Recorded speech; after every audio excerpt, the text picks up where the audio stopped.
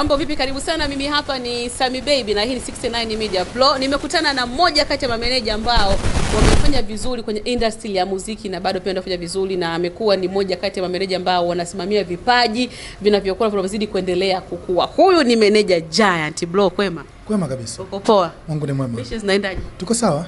Mameneja mna vitu vingi sana vya wasanii eti. Sidhani. Kila mtu ana kitu cha msanii wake kuzungumzia. Yeah. Siri nyingi sana zificha za msanii wangu lakini sio za wasanii wengine. Yeah. Lakini kuna wengine hawana stamina, wanaweza kuzizungumza tu. Kwa upande wako kama Giant? Hao ni wengine. Mimi Giant. Kwa mimi nitazungumzia kinachonihusu. Kumeneja wasanii watu wanasema ni kazi kubwa sana.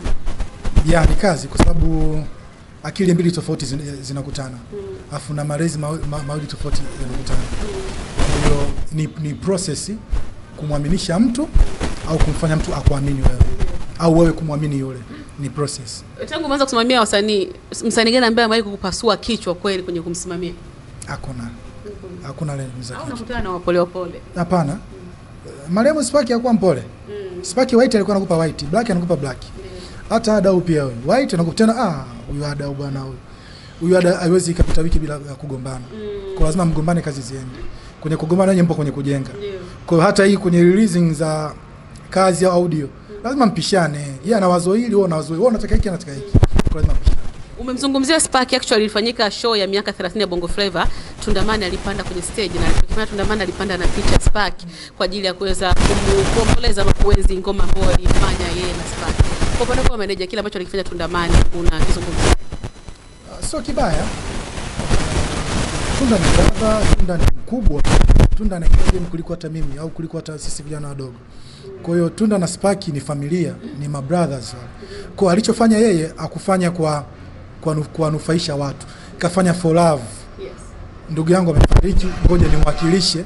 Hayupo, lakini tunaamini yupo na sisi kwenye game. Kwa hiyo alifanya for love, ni sawa. Yeah. Kwa heshima ambayo Tundamani aliitoa kwa Sparky, kwa sababu Sparky hakuepo kwenye miaka 30 ya Bongo Flava, nadhani pia imekuwa ni sahihi kwa upande wa kusherehekea miaka 30 ya Bongo Flava. Imekuwa ni heshima tosha. Yeah, imekuwa heshima kwa kumwakilisha kwa namna nyingine. Wanasemaga kiroho tupo naye, kinafsi kimwili tupo naye, si nini? Yes. Kimwili tuko naye, lakini kiroho tupo. Yeah, imekaa hivyo. Na hisi sio mbaya, ni nzuri. Watu walizungumzia vitu vingi sana kwa upande wa waandaaji wa shughuli ya miaka 30 na kusema kwamba huenda kuna sehemu nyingine walijisahau kuwaalika ama kuwaweka waasisi wa muziki wa Bongo Flava, ikiwemo baadhi ya maproducer, lakini pia baadhi ya wasanii kama Mr. Two ambaye ni kama manager. Nadhani hii imekaa. Ni kweli waandaaji kwamba kuna walijisahau? Kukosea kupo. Kukosea ni hakuna binadamu asekosea. Kosea ujifunze. Kwa hiyo hata kama walikosea ni sehemu kujifunza. Kuna nyingine watafanya. Kwa hiyo tusiwaeke sana kwenye kukosea. Tuwape moyo, waandaji waendelee kuwa na moyo zaidi wa kuandaa vitu vikubwa kama hivi. Sisi wa Tanzania tunapenda kukosoa kuliko kumpa mtu moyo. Kumpa mtu moyo au unapomkosoa mtu, mpe na sababu kwa nini nimekukosoa. Usimkosoe ukiwa hauna sababu au macho yako tu yanaona kukosoa. Kosoa ukiwa kitu unakijua kwamba naikosoa kwa sababu hiki. Kwa hiyo tusipende kuongea sana bla bla za kuongelea vibaya ma brother wa kina Madia, kina EY. Wamefanya kitu kizuri. Sawa. Kuna kauli moja imetembea sana mtandaoni, nasema kwamba msanii hapimwi kwa show tu, bali kwa show za kujaza uwanja, bali anapimwa kwa show ambayo inakubalika kwa watu, ikiwemo Alikiba. Alikiba alifanya show kule shughuli ya watu Katolo Geita, kwa sana na yes, na alionekana kukubalika na kutunzwa pesa nyingi, almost milioni 310. Kwa upande wako, hebu tuzungumzie hii issue ambayo imemtokea Alikiba. Mimi sio ni ubaya, kwa sababu alichofanya brother Ali ni kama wasanii wengine wanapenda kwenye shows kazini. Kwa hata brother Ali anaenda kazini, kwa tusijaji. Tunachokijaji zile note zilizomwagika. Ila tujue kwamba blaza ameenda kazini. Kwa hata alipokuwa anatunzwa, hata kama angeimba kwenye show fulani kubwa, angetunzwa. Ndio hivyo kazini hivyo. Kwa hiyo tusimjaji kwa kusema sisi blaza kaenda kazini kwa mrudi. Iko hivyo. Yeah. Wanasema eti mfano hata kama ingeamua Alikiba kufanya show ya kujaza ukumbi, asingefikisha pesa ambazo amezipata kule Katoro. Ni kweli? Ni kweli Alikiba amefikia level hiyo kwamba hata kama angejaza ukumbi vipi asingefikia ile milioni 310? Jamani, hao watu wengine wanaongea wasimfanishe Alikiba na uchafu jamani. Yaani ukimzungumzia Alikiba unamzungumzia na ufalme wake, ukimzungumzia Chibu ana ufalme wake. Yaani hawa watu waacheni tu, yaani tayari washakuwa majanti huko juu. Yani washakuwa magoti huko juu. Yani tusiwazungumzie kwa nini? Yani hata umzungumzie negative wa Alikiba. Ndo kashakuwa Alikiba hivyo. Yani uweze kumfanya Alikiba akawa Alishabani, ndo Alikiba yule. Ndio. Au uweze kumfanya Diamond Platinum nini? Sema Diamond Silver. Haiwezekani. Ndo Diamond Platinum ameshakuwa huyo. Kwa tusiwafanisha mabrother juu, wanaofome wao tuwaacheni tuwaishi. Yeah. Wanasema geti Alikiba waga sio mtu wa kupokea pesa ambazo zinatupwa chini, watu wakasubiri kuona je, kwenye hili zile dola zilivyokuwa zikimwagwa chini Alikiba alikubali kuzichukua au ndo kama kawaida yake kwamba aliamua kuachana nazo. Nini maana kwa na timu? Timu maana yake twenda pale, msanii yuko kazini, tumetunzwa. Timu zinaokota, wanahifadhi pesa. Kwa hiyo uwezo unaniambia Alikiba perform afu aanze shika mic aanze kukata chini. Yani kibiashara tu. Yani hata mtu ukiwa una concentrate ile show utaona Alikiba angefanya hivyo. Ungehisi Alikiba ametoka kwenye uwepo wa show kaenda kwenye uwepo wa pesa. Ndio. Japokuwa pesa haikataliwi na mtu.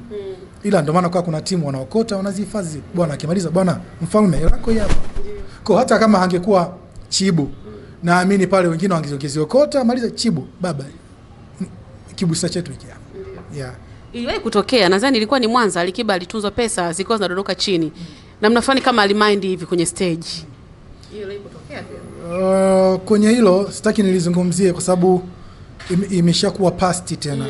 Kwa hiyo tuacha tuangalie nini tuna focus kwa sababu hata unapotoa ngoma huko za kitambo uwezi kwenye generation ya sasa hivi ukawaimbia ngoma za kitambo. Kwa hata kama Alikiba alifanya back na days huko Mwanza, hatuwezi kuzungumzia na Mwanza. Tuzungumzie tu sasa hivi Alikiba alikoje na nini, maana maisha yake. Kwanza haina haja kumzungumzia hali ameshakuwa hali tena. Yeah. Imetokea kwa Nandi pia ndugu meneja. Nandi naye alitunzwa pesa. Nadhani ni moja kati ya mkoa ni Mwanza I think. Kwenye festival yake alitunzwa pesa na shabiki. Ilikuwa ni kama shilingi 20 au 30. Lakini Nandi ile pesa alikupa chini akaja ikapokelewa na ikachukuliwa na bodyguard wake. Kitendo kimezunguka sana na mashabiki na kusema kwamba Nandi amemzalisha yule shabiki pale jukwani kama alienda kujipendekeza. Kama meneja tu. Mimi naona Nandi atakuwa iko sawa kwa sababu uwezi ukaa stage-ni una perform afu umeshikela mkononi uimbe mwanzo mwisho hivi na hela mkononi. Haiwezi, hakuna kitu kama hicho. Chukua hela kama kuna wasaidizi wako wape, chukua pesa wape, chochote wape wale, ndio maana umekuwa nao, maana unawaamini. Ungekuwa uamini usingetia kwenye timu. Unawaamini kwenye timu. Kwa yani tusiwajaji tu wasanii hawa. Yani tunachokosea tunajaji kutengeneza rumors za ajabu. Tunakosea kinoma hawa watu jamani. Sawa. Yeah, haiko sawa hiyo. Sawa. Tuje kwenye issue ambayo ina trend sasa hivi sana mitandaoni, issue ya Diamond na Zuchu. Inasemekana bwana hawa watu talaka inapumulia mashine, yani wako katika hatua za kusainishana talaka. Ikiwa ni siku chache baada ya Diamond kushiriki kwenye sherehe ya mama yake alafu akaonekana kama yuko busy na watu wengine na Zuchu pale. Inasemekana Zuchu alikasirika na kaandika statement ya kuachana. Hii imekuwa ni sahihi kwa Zuchu kufanya kile ambacho amekifanya? Ubaya unakuja wakati Chibu na Zuchu wanatongozana, mimi sikuwepo. Ndio. Na wakati wanafunga ndoa mimi sikuwepo. Ndio. Alafu uzuri au ubaya, yani sio ubaya, ni uzuri. Siko sana WCB. Sio kama ni shida hapa. Yani bado sijasogelea hivyo, lakini mimi naamini wale ni wapenzi. Kwa hata kama wale ni wanandoa pia. Hata kama wakipishana. Yani wanaonyesha kwamba wanandoa wakigombana, wachukua maji ndani kisimani. Wale watajua jinsi gani kumalizana. Tusiongelee wale watu. Wanaofilm wao pia. Yeah. Issue imeenda deep sana. Ni deep hiyo. Sisi tunaongea, lakini wenyewe sembusi wanaweza kuna mawili sasa. Iwe strategy ya kuachia nyimbo, iwe kweli wamezinguana. Kama wamezinguana, waache wale ndio ndio watamaliza tu. Ila kama strategy ya kuachia nyimbo, sawa, si biashara. Biashara ina njia nyingi ya kuitengeneza. Kwa hiyo tuache tu wale. Issue imeingiza mpaka wazazi, wasemekana Diamond na Mama Zuchu sasa hivi hawako sawa. Mama Zuchu huyo, Hadija Kopa ni mwanamuziki. Ndio. Bibi Sandra yupo kwenye industry, ni mama yetu, analea watu wengi. Wote wanajulikana. Kwa hiyo wanajua strategy za kazi. Kwa hiyo tusiongelee tu hawa watu kwa sababu wanachokifanya wanakijua, biashara yao wanaijua. Kama ni ndoa, tume Mwenyezi Mungu ainusuru ndoa isife, jambo liende sawa. Kama ni strategy ya muziki, basi wameiteka iko sawa. Yeah. Kiki zinakuwa nyingi sana sasa hivi kutambulisha ngoma meneja. Wasanii wanapatia kweli? Kuna kiki siku hizi kumbe? Zinakuja sana kiki. Maana unasikia wasanii hao, mara huyu ana mimba, mara mimba haionekani, mara haipo, unashangaa ngoma imekuja, mara ndoa ipo imevunjika. Kiki zimekuwa nyingi sana kwenye muziki wa sasa hivi. Sasa kama wao wanasema wana mimba sio ugonjwa. Mimba irudi ndani, mimba inatoka nje. Kama wamesema wana mimba, waache mimba tutaiona. ila mambo ya kiki siku hizi siaminiki. Watu wanafanya sana kazi, watu wanachapa sana kazi, vibao vinaondoka, wanapata riziki zao. Mimi hapa heshima nyingi sana nimezipata leo baada ya kukutana na moja kati ya meneja wakubwa sana kwenye tasnia ya muziki wa Bongo Flava nchini, meneja Giant. Ukimwangalia mwenyewe anaendana na wimbo wake, hata jinsi anavyojibu maswali unajua kwamba huyu ni meneja ambaye anajitambua nini anazungumza. Mimi hapa ni Sam Baby, respect nyingi sana kwa kameramani wangu, anahangaika sana kutafuta yengo. Wewe alialeni wewe. Hii ni 69 Media Pro, subscribe, like, comment na kushare. Bye bye.